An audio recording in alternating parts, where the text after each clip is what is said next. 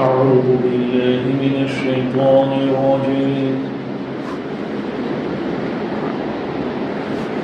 بسم الله الرحمن الرحيم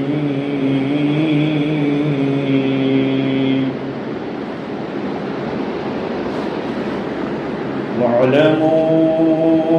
أنما غنمتم من شيء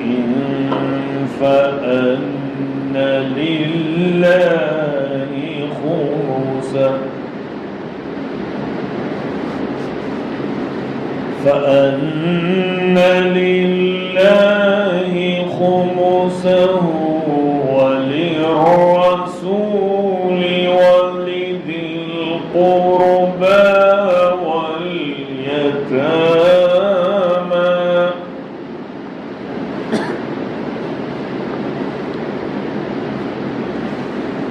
ولذي القربى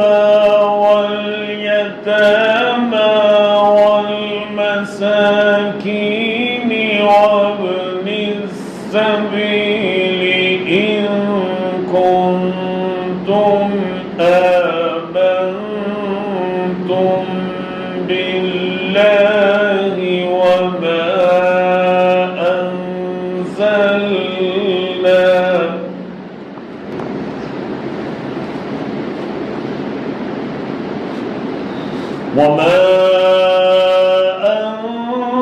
أنزلنا على عبدنا يوم الفرقان يوم التقى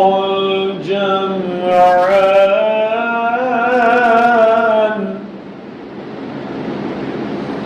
والله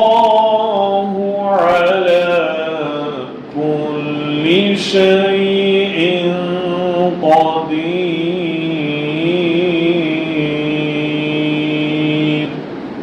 صدق الله العظيم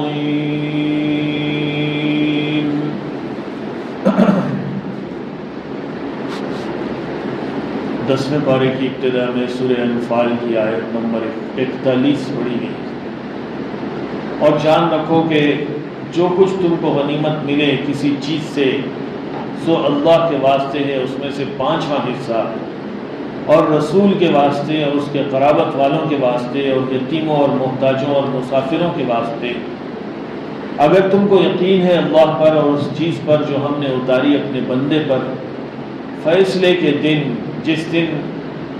भिड़ गई दोनों फ़ौजें और अल्लाह हर चीज़ पर कादिर है।